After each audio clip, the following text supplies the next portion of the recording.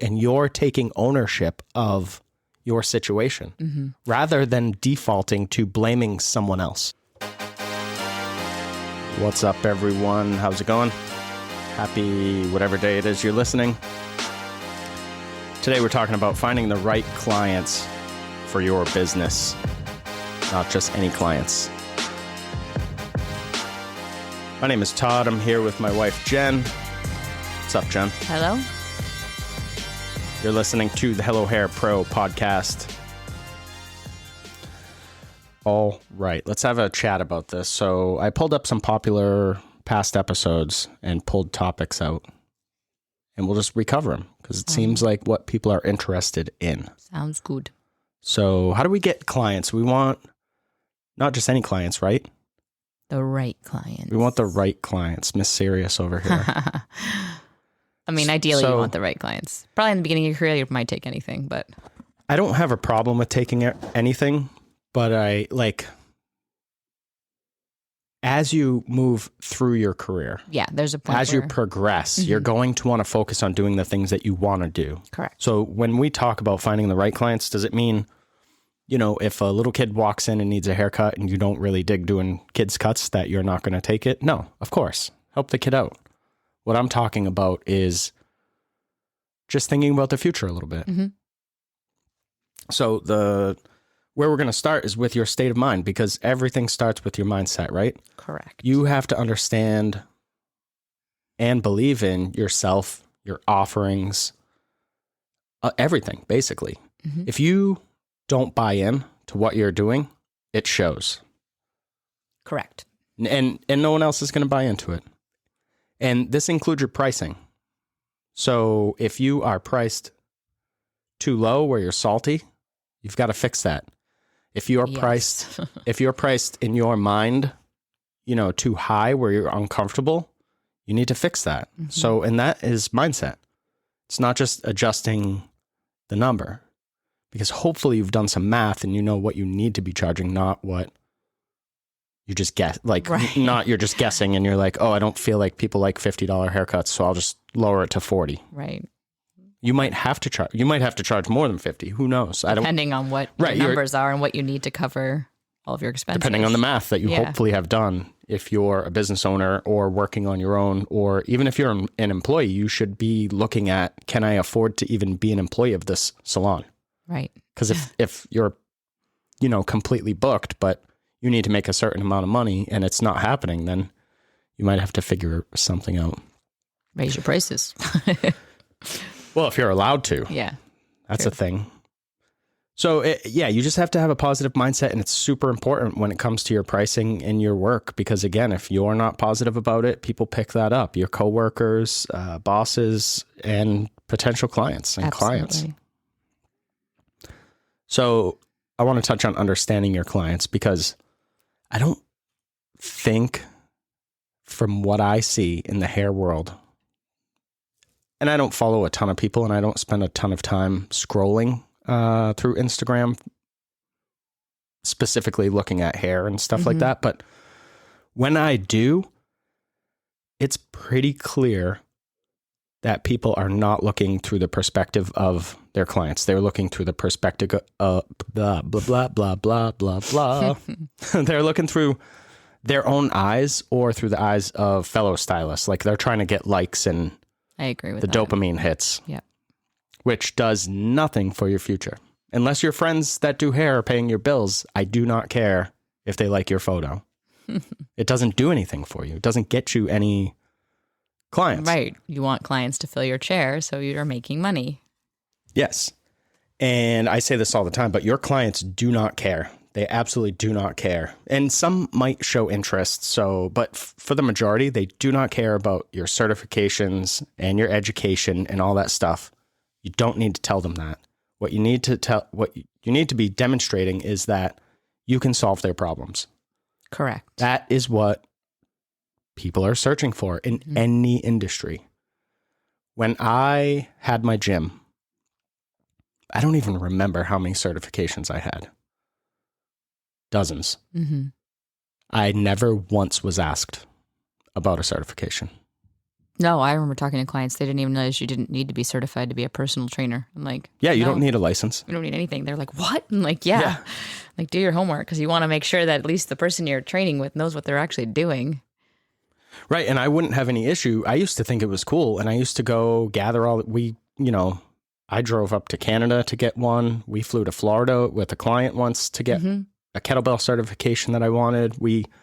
I've done Olympic weightlifting certifications. I went to school for personal training and nutrition, and maybe once or twice, like in passing, people would ask, but I never had a client walk in and base any decision on my certifications. Never, not once. Right. I think the people, and I could be wrong, but majority of people that I think are posting all their certifications over and over again is a mindset situation for them. They're not confident in what they do, and somehow they feel that that certificate gives them a false sense of security in what they're doing. So, like, do you mean they're trying to, like, prove it to themselves? Like, I belong here. Yeah. Like, they've probably got some mindset work to do. And rather than working on that, they're just going to show off all their certificates. Because they'll be like, well, if I have all these, and you must think I'm good. Which, like you said, most clients don't actually care. Because once you start working on them, it'll be very quick to realize whether you're good or not good. You can't hide behind your work in this field. There are some that you probably can, but not in this one. No, your work is going to prove itself. And more importantly, your attitude towards your work and your attitude, like I mentioned earlier, a second ago, you're like people, that's what people pick up on. I've said this a ton of times in this industry, but like when someone's excited, I get excited. Yeah. Same. That's what I want to be around. I don't care why you're excited. I will sit and listen to, like we went to a class. It was a longer haircut and some different tactics and things like that. And I definitely took some stuff out of it, but I was just excited to be around other people that were excited. Yeah. Super fun. And the educator was out of his mind excited. Also out of his mind, but also super excited, which just made it better for me. Like I am never going to, I don't want to say never, but I'm probably not going to cut long hair. I just don't do it. I don't specialize in it. Right. And but you might take some techniques that he showed. That's what I pull. But I was excited to be there. I was like, this is cool. Yeah. You know, it's fun to get out. And don't get me wrong. Like when you do stuff like that, I think you should post that you're out working on your skill set, bettering yourself. Like, I think that's important. I don't know if clients actually care, but I think it's still good to put that out there because I think we posted a picture, whatever. I'm more excited to talk to my clients when they sit in my chair after I take a class and they're like, oh my God, I learned this new technique and I thought of you. And they feel so special. And that part is cool to me. Yeah, super cool. And again, I hope it doesn't come across that I'm some way insinuating that it's not okay or it's not important to post what you're doing. I just don't think it should be the bulk of what you're posting if your goal is to attract more clients. Correct. That's what I'm getting at. Yeah, I would agree.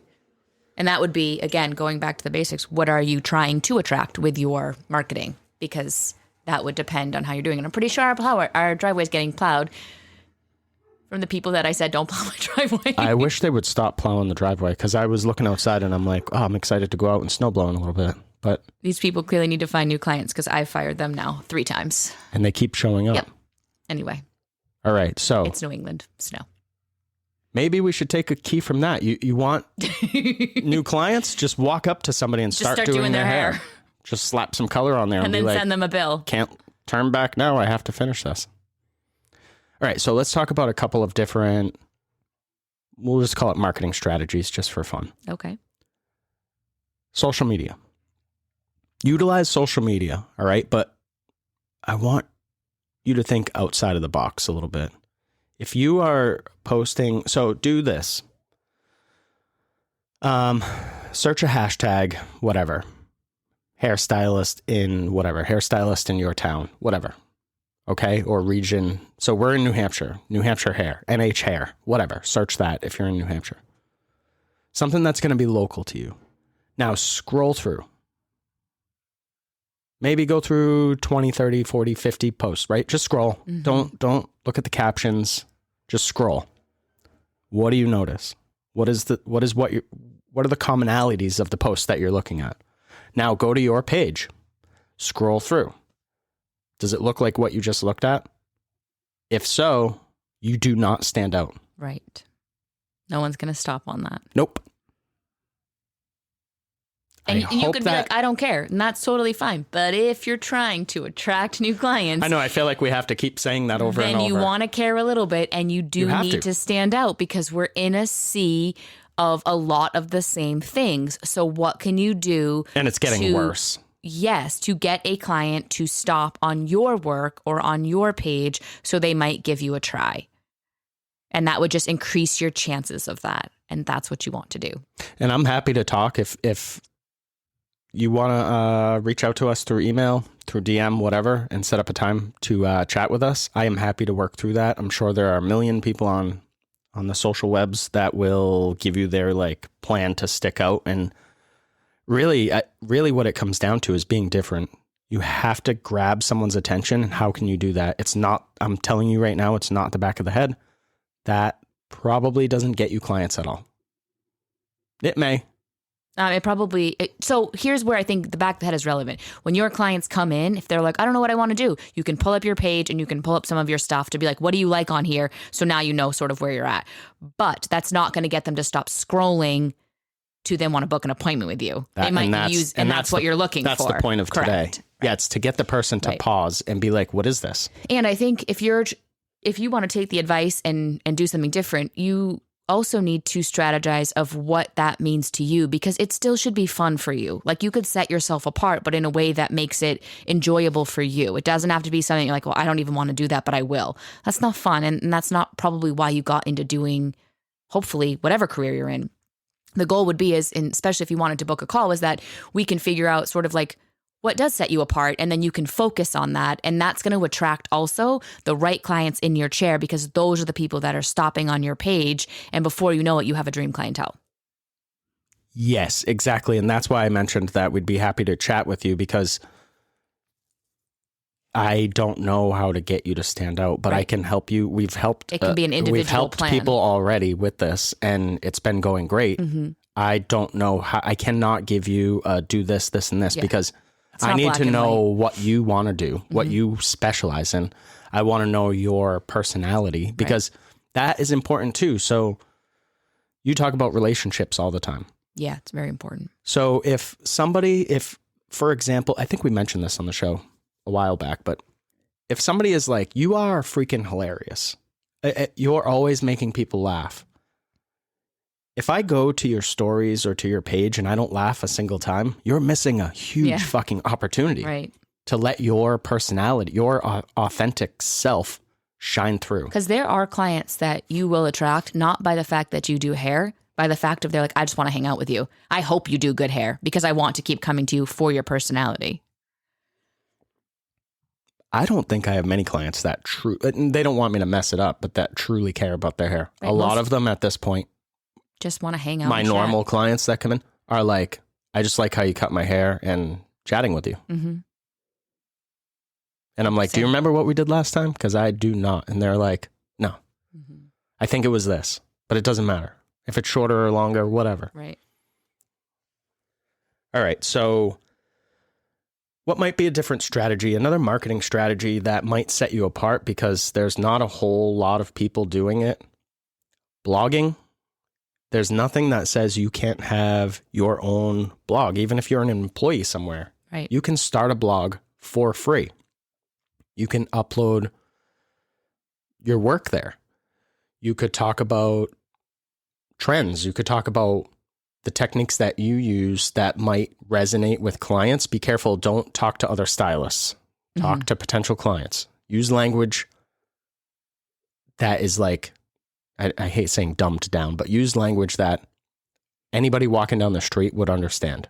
Mm-hmm. Don't use technical jargon, because no one cares about how smart you are. Yeah. That's, if you're trying to prove how smart you are, you're losing. Yeah. I used to do that too. And when I started my gym, I would use all the names of the muscles, and people would be like, "What?" Not even listening. I said my leg, and I would be like, "Yeah, but." Yeah, if you want to get into that stuff, I think it's short, sweet buzzwords. Like, people want moisture in the hair. They don't want their hair frizzy. They want their hair smoother. Whatever those words are, those are the stuff you just quickly want to talk upon, because that's going to draw someone in to read what you're writing. And why is that? Because those are the problems they're facing. and Because you're solving their Yeah. freaking problems. Exactly. Another thing, I don't know if anybody out there that's not, mentoring or whatever, sort of in a different space, has a podcast. I've looked around recently. I haven't seen any podcasts that are just about hair that would be focused on clients. Mm-hmm. I'm sure they exist, but I haven't stumbled upon any. Yeah. That means there's a whole group of people that listen to podcasts out there that would probably be interested in what you have to say, that have nowhere to get that information. Right. They would love it in podcast form. Yeah. And I'm telling you, you do not need an elaborate setup for a podcast. We have a little bit of gear, but you don't even need what we have. You can do it on a phone. You can use Anchor. It's an app. It's free. Talking to your phone, hit publish. That's cool. Yeah. That's simple. I think for me, so I guess my marketing strategy currently, I started to just realize I love talking to my clients all day that want to talk about hair related geeky stuff. It just is exciting to me. So one of the things I started doing in my social media, I don't blog, but Todd does, so I'll talk to him about these things, is solving problems with what's going on currently. So right now, rollers are in. So someone had said, I don't even know how to use these. I'm like, okay, great. I will do a tutorial on how to use these Velcro rollers in your hair. They're not new, but the rage is the scalp brushes for your scalp. So I did a tutorial on kind of how would you use this and what's the importance of it. And I just use relatable stuff that I'm already talking about so I can reach more people and help them. And that started to be fun for me. And you're gaining some traction with it. Yeah. Which is great. Yeah, which is cool. New clients are coming in, new people are following your page, all that stuff. Yep, it's all growing. So good. And I did it just out of, it's winter. It's, the season slows down after the holidays. So what can I do to kind of fill my time? And found out I actually enjoy doing some of the stuff. So, and I've gotten good feedback. People like, I like watching your stuff. So I'm like, oh, okay, cool.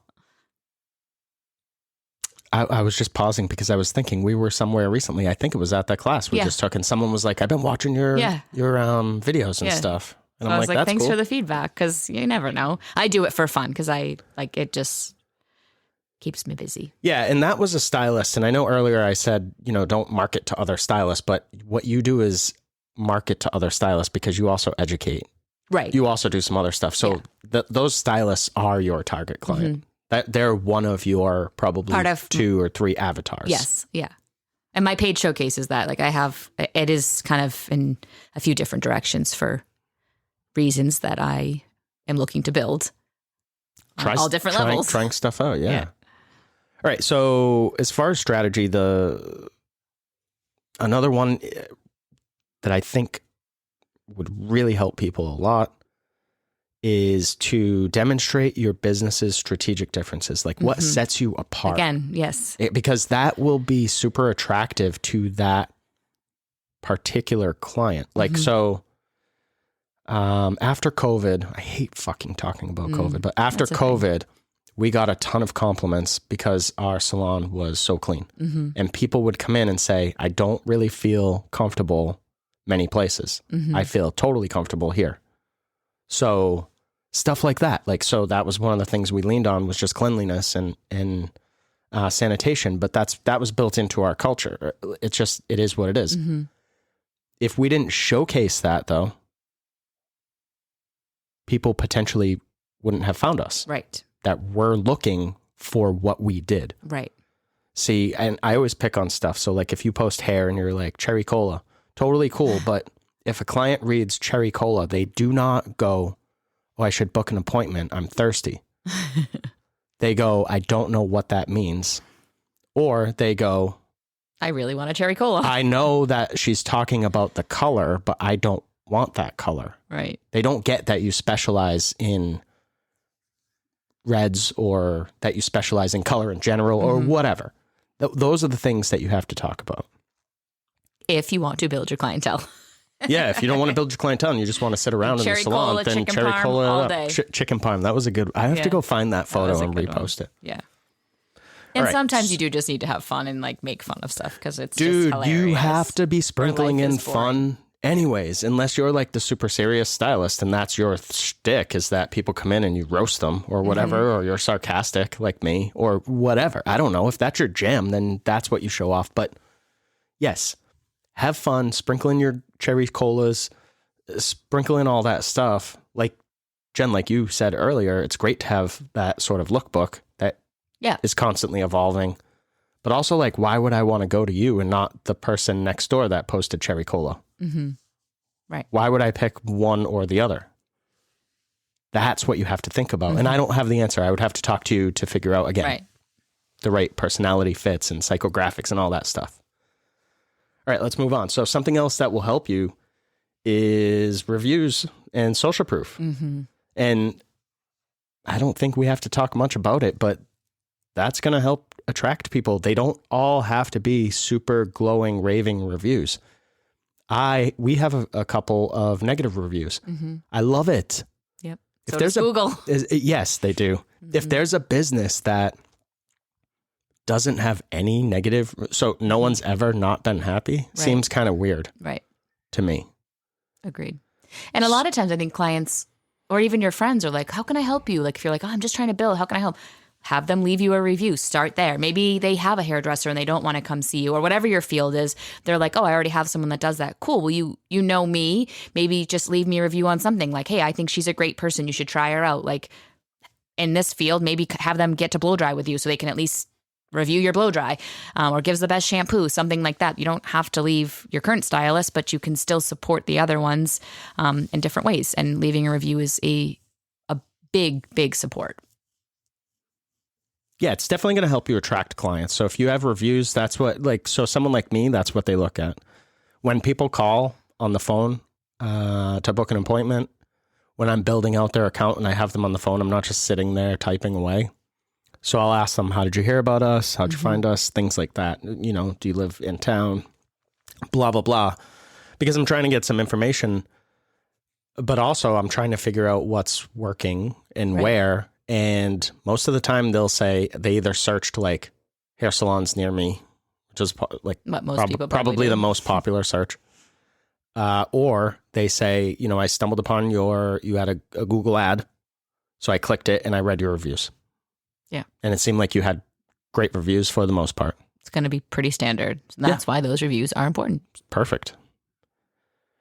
All right, let's talk about online a little bit. And I guess all this stuff's been online, but a little more focus on the online booking and a little digital marketing tips here. Okay. So as far as online booking, you need to make that process, in my opinion, as frictionless as possible. So if you're someone that's like, you know, I want to take credit cards, or I want a down payment, or I want this or that, I'm telling you right now, your bookings are going to suffer because some people, frankly, and especially if they've never been in to see you, giving you my credit card. Right. Well, you have to book because I'm this or I'm this. Good for you. Not my cup of tea. I will go on people's online bookings just to see how fluid they are for comparison for us. And one of the turnoffs to me is if you're asking me to book all of this stuff and take my information before I see the price. Because I'm like, I don't even know how much your haircut is. Like I just do it because we're always looking at new software. So I'm like, oh, I know they use this. I'm going to go through their salon's things just to kind of get a feel for it. And I'm with you. I think the simpler, the better, and the more transparent, the better. Actually, our staff will say that. They love online bookings because they're like, I know that person knows exactly how much it's going to cost for what they booked. And like it makes the consultation part that much easier. One of the sort of, what's the word I'm looking for? When you don't want to do something. Why can I not think of the fucking word right now? Or I guess one of the pushbacks, I'll use that word, that I've heard for not having online booking is, what if the person books the wrong thing? Okay, listen up, people. What if you took accountability for yourself? Mm-hmm. If you notice that a new client books in and they book, say, whatever, a balayage, what is preventing you from giving them a call or an email and saying, hey, Sharon, I saw you booked a balayage. I am super excited to meet you. Why don't you tell me a little bit more about your hair and what you're looking for? Mm-hmm. And then if they're off the mark, you could be like, oh, actually, I think we can achieve this with this. You might not even have to tell them. Right. But now you can adjust it in your book and you're taking ownership of your situation rather than defaulting to blaming someone else. I can tell you this because we do. What can you tell us? We get a lot of online bookings. And over the last year of teaching in a bunch of salons that didn't have online booking, that was one of their biggest complaints. Clients it's just not are a true smarter thing. than you think. And what happens a lot for us, if a new client books online, I'll always just someone books online, just take a look at it. They'll put it in the notes. I booked for this, not sure it's the right thing. This is what I'm looking for. Call me if you want. Like they want to book the right thing too. They want to have enough time to get their hair done. So sometimes they book too much time. Sometimes it's not enough. But exactly like you're saying, you can either reach out and chat with them or block yourself off for extra time if you're like, I just want all the time with this client, however you decide to do it. But more often they're giving you the information when they're booking that through the notes or they're calling, whatever that looks like. To not have online booking though is not, to me, not ideal in 2023. Or to go out of your way to make it too difficult to navigate. Or have all these hurdles people have to jump through. Or I saw somewhere the other day or today, someone was like, you have to fill out this pre-consultation form and then you have to email this and you have to book here and then you have to check this if you're a new person. And I'm like, what? Yeah, too much. No, next. Mm-hmm. And I wish you luck. Like if that's working for you, then you are somebody that attracts crazy people that like to do a bunch of steps. I do think sometimes that can happen where you're attracting a lot of crazy people, let's say, maybe you're a pretty booked person and you're like, I can do this because it weeds out the people that are crazy. Or you like that. That's what you're getting. Or for some reason, you want all the information. Yeah. Like, it's not a one size fits all. So it really just depends. It's just if you're in a position where you're like, I really want to build and I want to build as fast as I can, you're going to need to simplify and make things as easy as possible so that you can get where you want to be quicker. True facts. Mm-hmm. All right. So I mentioned we were going to touch on digital marketing. I just kind of want to go over quickly your website or your pages or whatever. So you should have a clear contact information. Mm-hmm. It should be crystal clear where your online booking is. There should be buttons everywhere and links. You want your branding to be also consistent. You want your web page and your social media pages on whatever platform to have some sort of cohesency. Mm-hmm. Is that even a word? Cohesency? I don't know. Cohesence? Look it up. Whatever. Cohesiveness. Yeah, I don't know what's happening. But either way, you want to almost give somebody a glimpse or a little idea of what the vibe is going to be when they walk through the door. And which that will also helps. Get them excited to walk through the door. Well, and it stands out because if it's like, well, it looks like really bright, fun, sort of poppy salon. That's how I would describe our salon, right? It's like a clean, super, like poppy. It's got bright yellow and it's got a mural and it's, I guess just that, what I said. So, but when people look at that, they're always like, oh, they always compliment the social media. Like there's the vibe that they can pick up. The website reflects the same thing. So you just want to be clear with your branding and then all of your information, just make that super clear. Mm-hmm. I keep seeing on social media people that are like, we're hiring or whatever. Say this post, we're hiring. They don't mention for what. They don't mention even what field. They don't mention where they're located. Right. So they just write, we're hiring, and I'm supposed to know anything else. Just seems silly. Well, and that's just I think a lot of things, at least in the hair world that I see, are done without much intent. Like there's a spaz factor that comes into it, and I'm spazzy, so I get it. That like, we need to hire people. So you just quickly put up some posts as we're hiring because you didn't think it through. Like, well, what are we hiring? What actual person do we want to attract? Yeah, just what's like the if you're avatar building a clientele, what do you want for your salon? And those should be a thought out process. So maybe you ran into a situation quickly where like, we need to hire. You still need a plan on what's the best type of people you're trying to attract to hire. And if you can take a minute to reflect on that and do that in a way that's very organized, you're going to quickly grow your business back to where you wanted it to be in the manner that you would like it to be. Yes. All right, let's move on to client experience. We spoke about this recently too. You've got to start focusing on the client experience. I think it's everything. You have to emphasize that. And I'm not saying this isn't about you, but let's stop like all the fake fighting or fighting fake enemies online and just. Yeah, your fake Like- enemies generally are going to be like one or two of your clients that did you Yeah. wrong. So talk to them or don't service them anymore. Don't yell at your whole entire clientele, because It's such a turnoff. the ones that become sensitive to it are the ones you're not even talking to. Right. So you're Correct. not even getting through to the right people.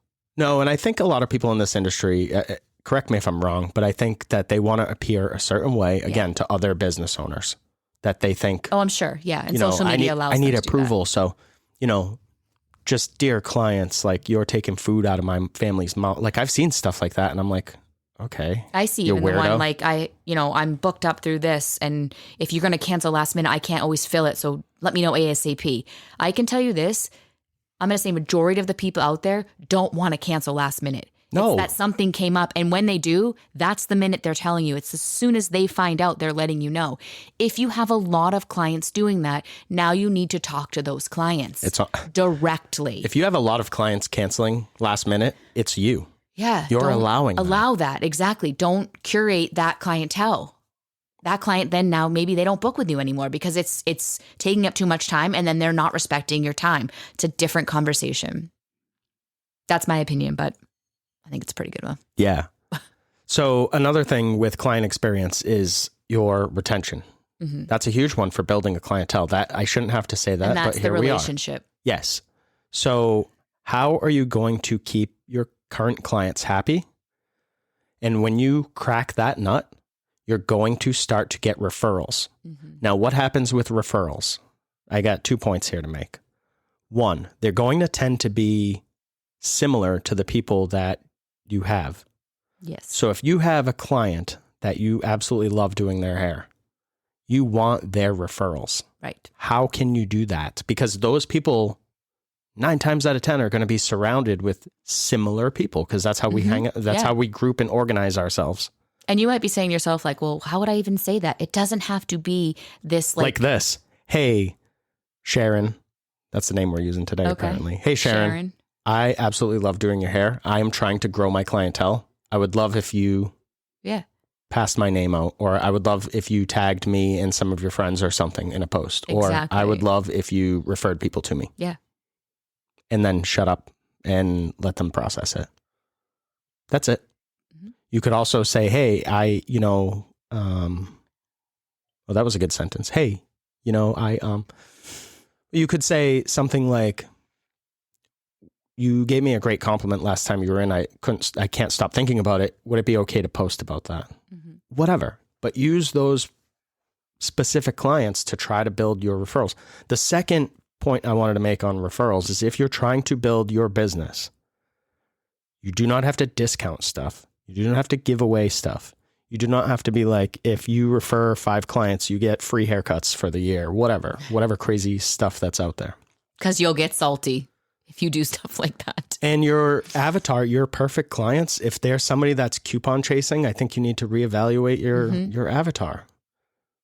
You might be that person that's like, I will do $4 haircuts and I'll do 700 of them every week.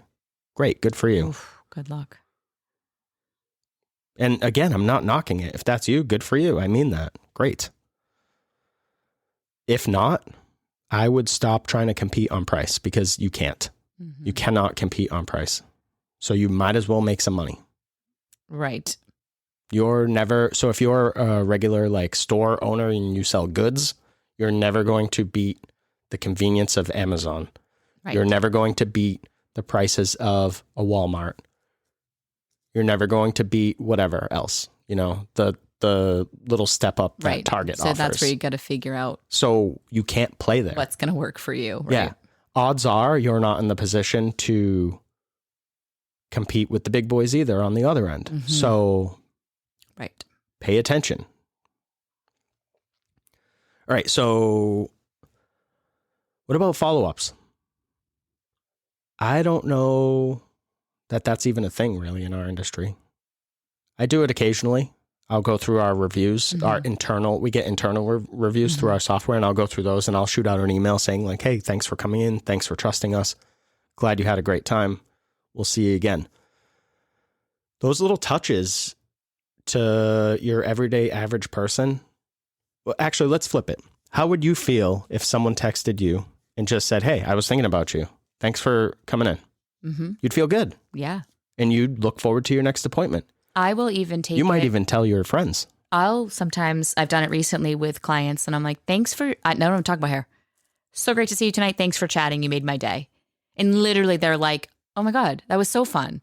Like, cause I enjoyed that conversation. Like a text? I sent, yeah. Yeah. Yep. I want them to know I enjoyed their conversation. Nothing even with the hair. I just like, that's the relationship. Yeah. That's great. I just want people to understand that so if you're trying to build relationships with people and you're only ever communicating every 8 to 12 weeks, there's going to be a breakdown somewhere. Right. So if you reach out, even just make a note in your calendar, text Sharon, and then just text or email Sharon and say, hey, whatever. I really enjoyed our last conversation. Yeah. Hopefully, Timmy won his basketball playoffs. Can't wait to hear about it. Like it gets people excited for their next visit. So now you're building that clientele. And if you treat people like that too, that's different. You're standing out because I don't see it in this industry. A lot of other industries do it. Hey, even hotels, you go to stay at a hotel or wherever. Right. They follow up the next week. And we talk a lot about that. How was the cleanliness of your room? We would love your feedback. Yeah. Get out of your industry and see what other industries are doing. And you can implement that stuff into your business and that will set you apart. Yeah. So all this stuff is to help you attract new clients that are a good fit for your business, for your chair. Which is important to being creative and just enjoying what you do in any field. True facts. Anything else you have here? All right, so let's do a sponsor spot real quick. This episode was brought to you by our friends at Ping Pong Design and Marketing. If you want to love your website or you're looking for more clients to fill your business, reach out to Chris and his team over at Ping Pong. He's offering our audience a special discount, so visit the show notes. You can find out how to get in touch with them over there. And I think that's it. Thanks for listening. Reach out if you need some help. Would like to chat and learn a little bit about how we might be able to help you, reach out. Like Jen said, here. There's a link down below. I'm pointing, but you can't see me. That's all I got. Have a great day. Have a great day. Bye.